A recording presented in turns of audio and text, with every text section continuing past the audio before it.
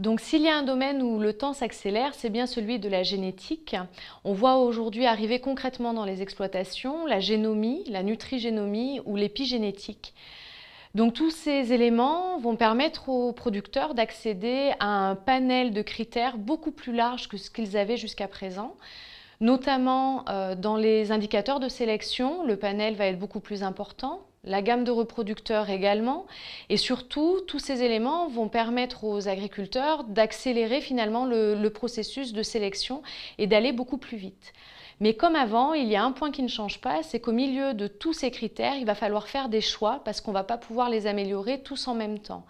Faire des choix, ça signifie définir un objectif personnel et professionnel, donc définir un axe stratégique pour savoir finalement vers quelle orientation on va emmener son cheptel. Si on veut répondre à des objectifs personnels, d'une meilleure condition de travail par exemple, ou plus d'efficacité technique, ou une meilleure productivité, ça sera bien à chaque producteur de définir son orientation pour choisir les critères de sélection qui vont lui convenir.